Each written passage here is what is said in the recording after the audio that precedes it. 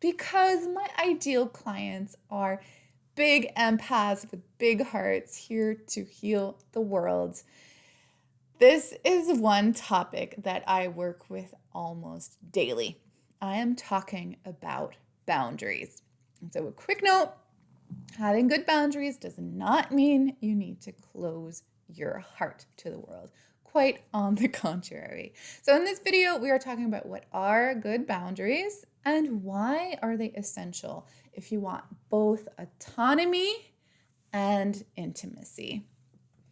This is the Healing Revolution. My name is Inge and you are watching the Back to Basics series.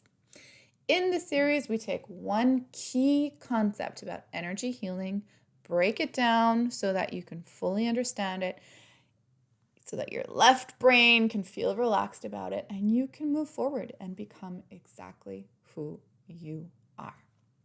So, what are boundaries and what are good boundaries? So, boundaries in the energetic sense of the word are really an energetic structure at the edge of our energy field. Our energy field is our personal energy, all the vibrating information that is us, and that does not finish at your body. You take up more space than you think. In a very typical scenario, about an arm's length in every direction is how far your personal space wants to kind of hang out at. Now, your boundaries are the interface of your personal energy and where it meets the world, where it meets the universal collective energy.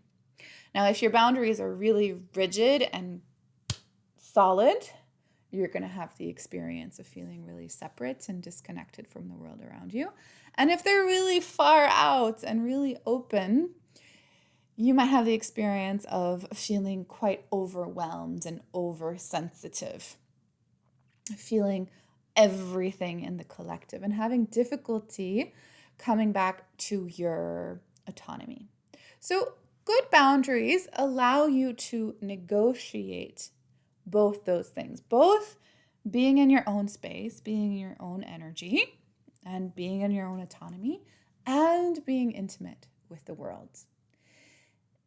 Furthermore, your energy, good boundaries are not the same all the time. Your boundaries will respond to what your needs are in every moment.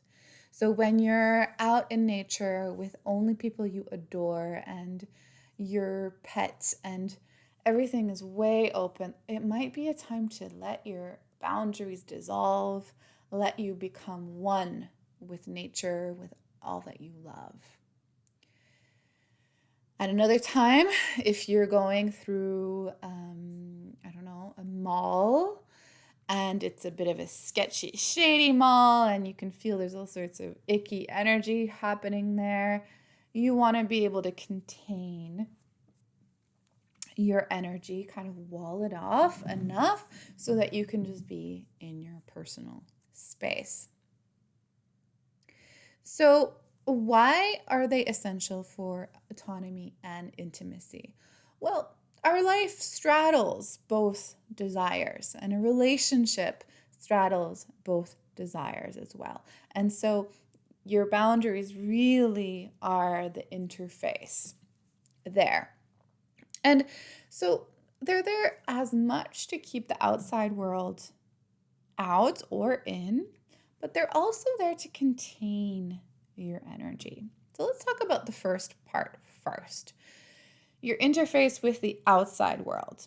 So there are times, like the example is that you want to keep the outside world out. There's times you want the outside world in. Now you get to choose about that.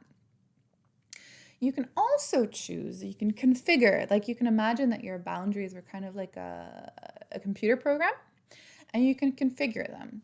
Certain things are maybe always allowed in. So always allowed in clean, pure expressions of love, or anything that makes you giggle and lightens your heart.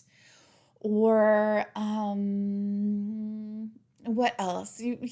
You tell me, what else is always allowed in? There's also things that you might never allow in, and not so much because you're like, no, gotta fight against it, but actually you're like invisible to them. Think about that. What would you like to be invisible to? What are you so not a match to that that kind of energy can't even find you? So maybe violence of any kind, disrespect. You get to choose. What are you just not available for? And then finally, you can program your boundaries to kind of like knock on your door when this energy comes so that you can use your discernment and your choicefulness as to if you let it in at that moment or not. So really imagine it like somebody's knocking on your door, there's a package on your doorstep, and either you open the door and you take the package in, you open the door, you see what it is, and you close the door, or you just leave it there and ask whoever to take it back. So I'm thinking of like helpful criticism. I know I'm really sensitive to that. Not my favorite quality about myself, but I've learned that if I'm not in the right mindset, it can really do more harm than good.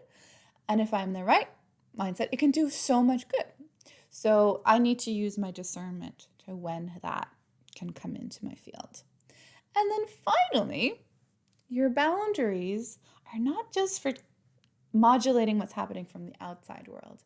They're also, and this is what I love about them, containing your energy. So if your boundaries are like super close to you and you've got a lot to process, like big emotions and big thoughts and big experiences, and you don't give yourself a lot of space because you're trying to keep yourself so contained, well, it's going to feel tight and it's going to feel icky and it's going to feel painful and it's going to feel like you're all alone with it potentially.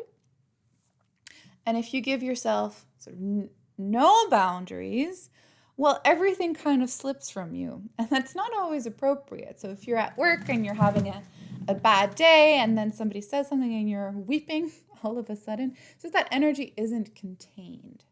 So again, you want like a middle ground where it's holding you, where you can have enough space to process your emotions, your energy, your thoughts, your experiences, and without it necessarily going out in the world all the time.